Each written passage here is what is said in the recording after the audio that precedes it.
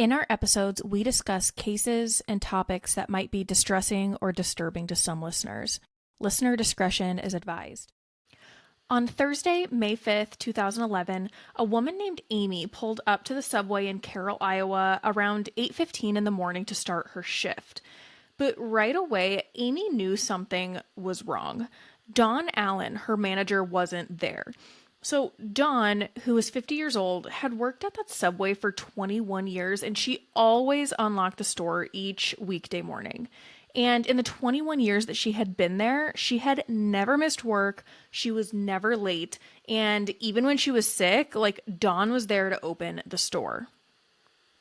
Now, Amy called the store's owner to see if maybe there was a reason Dawn wasn't there, like maybe there was some misunderstanding, but there was no explanation. She should be there. Amy insisted they report her missing to the police. Now, in an article written by Tom Alex and Reed Forgave in the Des Moines Register, Dawn's son Greg is quoted as saying, "From the moment the police department called me and said she hadn't been seen in the morning on the day she didn't show up for work, it starts with the normal thoughts. Was she in a car accident? Was she at the house and got hurt? The first thing you think of are the simple things, and you just don't know." In a Des Moines Register article published on Saturday, May 7th, Police Chief Jeff Kaler called Dawn's disappearance very, very unusual, given her past history of reliability and connections to family and her employer. Kaler said, "We're not saying foul play was involved, but it is a distinct possibility." That same day, authorities issued a notice to the public asking anyone with information on Dawn's whereabouts to come forward. They needed to figure out where and when she was last seen. During the initial investigation, Chief Kaler, who had known Dawn for more than 25 years, enlisted the help of the State Division of Criminal Investigation, which committed 4 agents to the search. Now, initially, Kaler used local and statewide newspapers, television, and radio stations to spread the word about Dawn's disappearance to hopefully generate tips, but also to suppress some rumors of supposed sightings of her. So some initial tips had come in suggesting Dawn had been seen at rest stops, but they were able to rule out those tips, and so they were trying to kind of quash any more of those. And despite some recent struggles in her life, including a recent divorce and the sudden death of one of her sons, Chief Kaler knew Dawn wasn't the type of person to walk away from her job or her life unannounced. Now, on the morning Dawn was reported missing, police were able to locate her vehicle. It was found abandoned in the parking lot of the Piranha Club, which was a nightclub in Carroll, Iowa. During the initial search of her vehicle, there wasn't anything that stuck out, but they took it in for processing. Investigators told the public they believed the car was parked there after the club closed at 10:30 p.m. on Wednesday night, and they don't believe Dawn went into the club. According to the Daily Times-Herald, in tracing Dawn's last known whereabouts, investigators were able to verify that a neighbor had last seen her Wednesday evening around 8 p.m. at her house. So that was just before the day she went missing or was reported missing. There didn't appear to be a struggle at her home or where her vehicle was found. So while this did give investigators a start, they were also trying to see what information they could gather from Dawn's cell phone activity. Now, Dawn's cell phone records show that her voicemail messages had been accessed around 3:30 a.m. on Thursday, but that the phone was actually turned off just 2 hours later at 5:30 a.m. And that would have been just a few hours before her shift started at Subway. This initial information provided a solid starting point, but there were a lot of pieces of the puzzle missing. Investigators needed more. They needed information from someone very familiar with Dawn's last known whereabouts. 4 days after Dawn's disappearance, on Monday, May 9th, the Daily Times-Herald reported that authorities had identified a potential material witness who may know where to find Dawn, but that they hadn't been able to contact the person.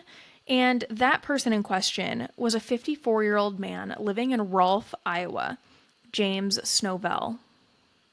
Dawn and James Snovelle had been casually dating since they met online the previous December, so December of 2010.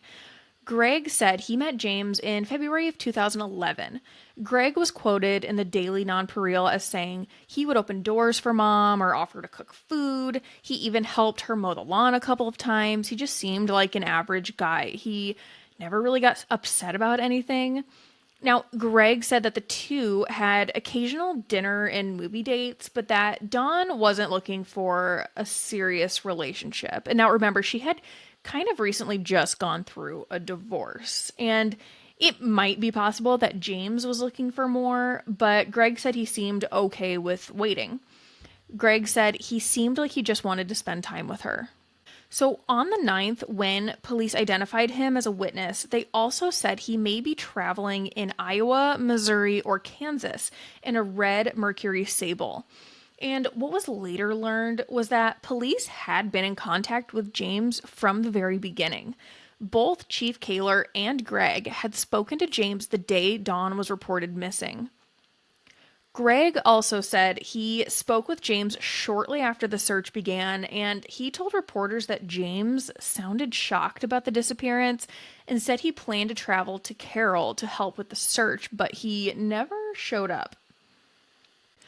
Chief Kaler and investigators spoke with James several times in the days following Dawn's disappearance, but Kaler is quoted in the Daily Times Herald as saying he was obviously avoiding coming in to talk to us. Now, what the public didn't know at the time was that in those early days of the investigation, those close to Dawn and investigators began realizing there was a lot about James that they didn't know or that he had outright lied about. First, Greg said James told him that he had been married before, but had been separated from his wife for several years. But that was not true. James was still married. He and his wife lived in Rolfe, Iowa.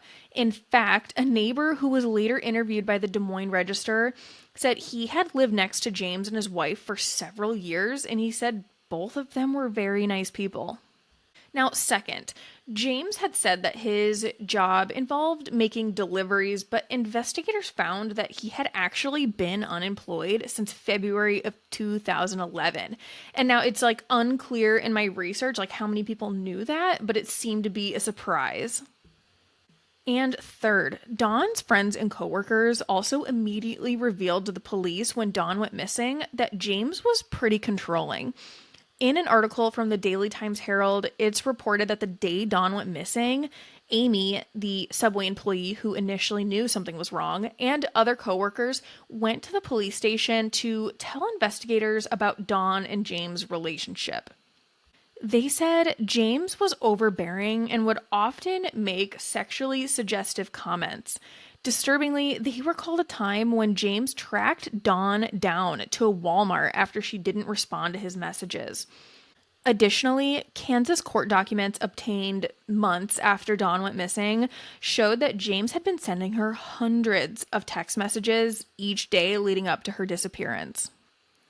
Now, with all of this, plus the fact that investigators could tell he was avoiding coming in to speak, and because he had been using multiple prepaid cell phones with his number blocked, it was enough for investigators to know that they needed to talk to James. So, investigators were able to determine that James was heading to Kansas, and police in Iowa let law enforcement there know. So, I'm going to read directly from this article by Jared Strong, published in the Daily Times Herald, and I have relied on his reporting heavily. He did great reporting on this case. So I'm going to read directly from that, and that describes what happened on Monday, May 9th, 2011, when Kansas authorities found James Snovelle. Coffee County Sheriff Randy Rogers hunts for deer in the woods near South Big Creek, and he knew it was a good place to hide. Iowa law enforcement officials said Snovelle might be in the area and that he had a rifle and a handgun. Rogers' unmarked truck crept down the muddy road about a half mile to a clearing where he caught a glimpse of Snovelle's red sedan. Rogers threw his truck into reverse and backed away at about 3:30 p.m. He called for backup, and within 10 minutes, a state highway patrol plane was circling overhead. More than a dozen county and state officers converged on the area. Some of the officers positioned themselves in the surrounding farm fields. Others were ready with dogs for a foot chase. Snovelle, apparently spooked by the plane, drove his car back toward the highway but got stuck about halfway there. A trooper in the plane saw Snovelle ditch the vehicle and run back into the woods. He emerged on the south side of the woods, saw an officer waiting there, and ran back in. Snovelle made his way past where he had tried to hide his vehicle. He ran on a road through the woods across a field and cut through the bush that led to South Big Creek. He waded through the water toward his old farmstead. The water reached his sternum. 3 troopers and a sheriff's deputy ordered him to surrender. The next moment, Snovelle pulled a revolver and shot and killed himself. James Snovelle's suicide ended what investigators believed was the best shot they had at finding out what happened to Don. In the immediate aftermath of his death, Chief Kaler was reportedly reluctant to say publicly whether they believed he was responsible for Don's disappearance, but over time, as more information became available, it became clear that he likely was, and that foul play was likely involved. It was later reported that neighbors had seen Snovelle sneak into Dawn's home the day before she went missing while she was at work. He apparently walked through an alley to get to the backyard of the house and went into the garage. The neighbors apparently didn't see his red Mercury Sable in the area, and I'm not sure if this was told to police immediately, but it was reported on publicly following his death. Those hundreds of messages James had been sending Dawn leading up to her disappearance, he sent none in the days after. Years after Dawn's disappearance and Snovelle's death, it was revealed that 2 weeks before Dawn went missing, Snovelle had fraudulently deposited $3,600 with a forged check from her credit card. Additionally, though initial reporting indicated that police found nothing obvious in Dawn's car, which, if you remember, they found abandoned in a nightclub parking lot, later reporting says that the officer that drove the vehicle to the police department had to stretch to reach the pedals. And now this officer was 5'10". Dawn was 5'2". But James, he was well over 6 feet tall. What police were also able to determine was that James Snovelle had been in Carroll, Iowa, the day before Dawn disappeared. The next day, he made his way back to Rolfe, Iowa, where he lived with his wife.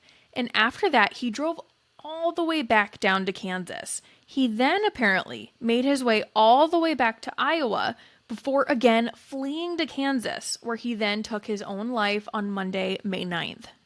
Now, more about James' double life was also revealed, and Dawn was apparently not the only woman he was dating behind his wife's back. There were several others. In an article published in the Daily Nonpareil over a year after Dawn's disappearance, Chief Kaler said they identified at least 7 other women that James was involved with. One woman named Mary met Snovelle on a dating website, just like Dawn. Mary said his profile handle was something like KS Wildman. Mary said she traveled with Snovelle 3 or 4 times on one of his work deliveries, and she said she never felt threatened by him and that she had no clue he was still with his wife. Mary was quoted as saying, "He made me laugh, he made me forget about the things I was going through." She said after finding out about Snovelle's wife, along with everything else that happened, she ended up seeking therapy. She said she hopes that Dawn is found so her family and everyone can have closure. Now, Snovelle had connections to the land that he ultimately died in. He grew up in that area. It was near the old farmstead he lived at. The very creek he died in was one he used to fish in as a boy. Now, disturbingly, James' older brother Raymond told Jared Strong with the Daily Times Herald that James had talked ominously about his own death just weeks before Dawn went missing and before he took his own life. Raymond said James visited his siblings in Kansas a month prior and said, "If anything ever happens to me, this gun belongs to you." Now, Raymond asked him, what do you mean by that? But James never responded. He said that was the last time he spoke to his brother, and that his brother actually left in the middle of the night without saying goodbye. Jared Strong writes in the Daily Times Herald article, he rubbed his eye and thought for a moment. I hope to hell Jim didn't harm anybody. Now, as shocking as Snovelle's death was, investigators had to keep moving forward with their investigation and find any clues as to where Don was. So, authorities in Kansas searched James Snovelle's vehicle following his death.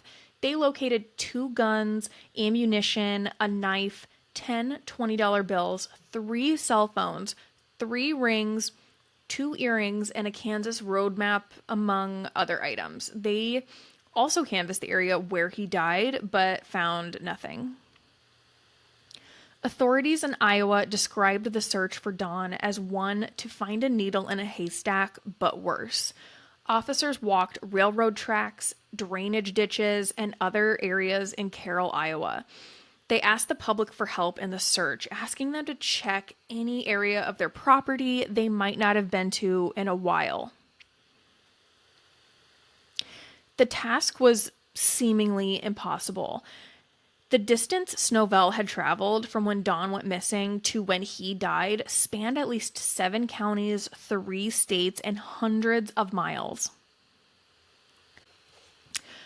I saw one snippet in a 2012 article in the Daily Times Herald that in the early days of the investigation, a farmer in Kansas had found a shovel that matched the description of one James Snovelle's wife later said was missing from their Rolfe home. Now, I have to assume this farm and area were searched, but I haven't found any other details, and that is seemingly the best lead that was at least reported on. 6 weeks after Dawn went missing, authorities announced they were no longer actively searching for her, though they still urged the public to report any tips. Years following Dawn's disappearance, she was declared legally dead, and authorities do believe she was murdered. Jared Strong wrote for the Daily Times Herald, Allen was a likable boss at Subway. She joked often with her coworkers who sometimes coaxed her into going out to dinner or making a trip to Coon Rapids for figure-8 races. She talked glowingly about her grandchildren, loved to read and bargain shop, watched TV with a warm bath, and hated politics and country music, which, she complained, was always about somebody's dead dog. She was coworker Amy's confidant.